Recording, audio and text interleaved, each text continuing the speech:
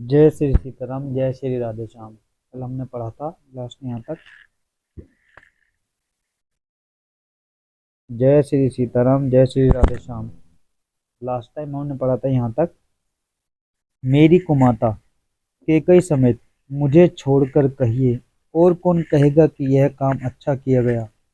जड़ चेतन जगत में मेरे सिवा और कौन है जिसको श्री सीता जी राम जी प्राणों के समान प्रिय ना हो। अब इससे आगे पढ़ते हैं।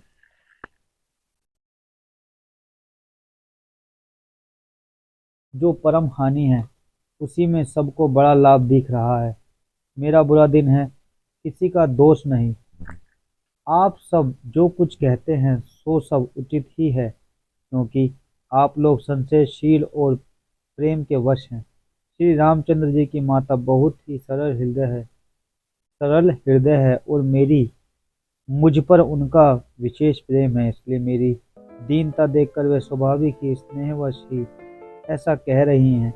गुरुजी ज्ञान के समुद्र हैं, इस बात को सारा जगत जानता है। जिनके लिए विश्व हथेली पर रखे हुए बेर के समान है, वे भी मेरे लिए राज तिलक का साज सज रहे हैं। सत्य है, विधाता के विपरीत होने पर सब कोई विपरीत हो जाते हैं। श्री रामचंद्र जी और सीता जी को छोड़कर जगत में यह कोई नहीं कहेगा कि इस अनर्थ में मेरी सम्मति नहीं है। मैं उसे सुखपूर्वक सुनूंगा और सहूंगा, क्योंकि जहाँ पानी होता है वहाँ अंत में कीचड़ होती ही है। मुझे इसका डर नहीं है कि जगत में मुझे बुरा कहेगा, और ना मुझे परलोक का ही सोच है। मेरे हृदय में तो बस एक ही दुस्सह दावानल धधक रहा है कि मेरे कारण श्री सीताराम जी दुखी हुए। जीवन का उत्तम लाभ तो लक्ष्मण जी ने पाया, जिन्होंने सब कुछ तज कर श्री रामचंद्र जी के चरणों में मन लगाया। मेरा जन्म तो श्री रामचंद्र जी के वनवास के लिए ही हुआ था। मैं अभागा झूठ मूठ क्यों पछताता हूँ। सबको सिर झुकाकर मैं आपकी दारुण दीनता कहता हूँ। श्री रघुनाथ जी के चरणों के दर्शन किए बिना मेरे जी की जलन नहीं जाएगी।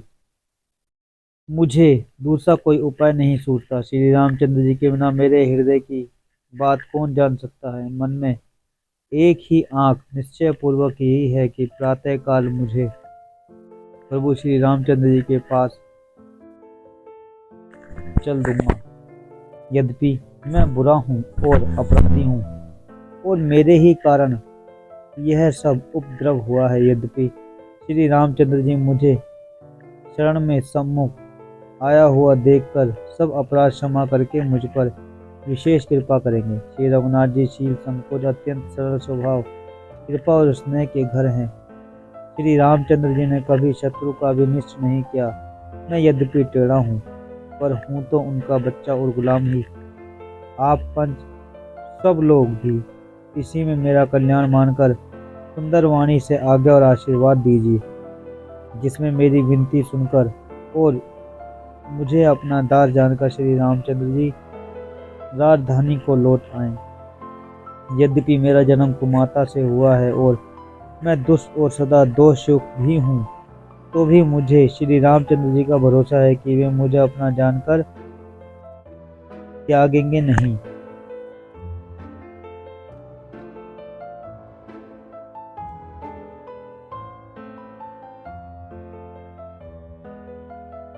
भरत जी के वचन सबको प्यारे लगे, मानो वे श्री रामचंद्र जी के प्रेम रूपी अमृत में पगे हुए थे। श्री राम योग में भीषण विष से सब लोग जले हुए थे। वे मानो बीज सहित मंत्रों को सुनते ही जाग उठे। माता, मंत्री, गुरु, नगर के स्त्री पुरुष सभी स्नेह के कारण बहुत ही व्याकुल हो गए।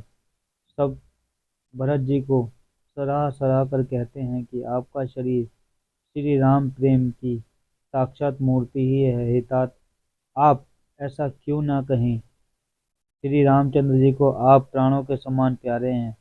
जो नीच अपनी मूर्खता से आपकी माता कैकेयी की कुटिलता को लेकर आप पर संदेह करेगा, वह दुष्ट करोड़ों पुरखों सहित 100 कल्पों तक नरक में नरक के घर में निवास करेगा।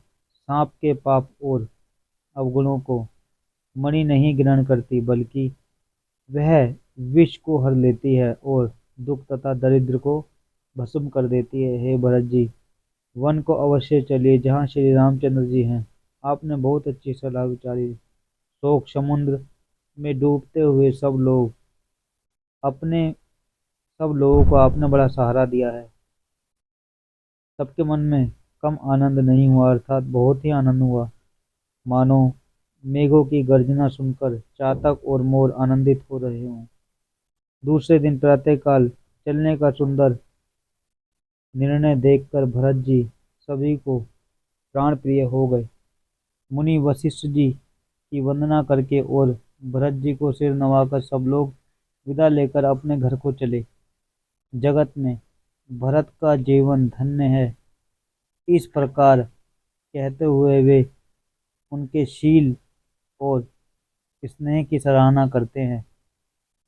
आपस में कहते हैं, बड़ा काम हुआ। सभी चलने की तैयारी करने लगे। जिसको भी घर की रखवाली के लिए रखो, ऐसा कहकर रखते हैं, वही समझता है मानो मेरी गर्दन मारी गई। कोई कोई कहते हैं, रहने के लिए किसी को भी मत कहो। जगत में जीवन का लाभ कौन नहीं चाहता।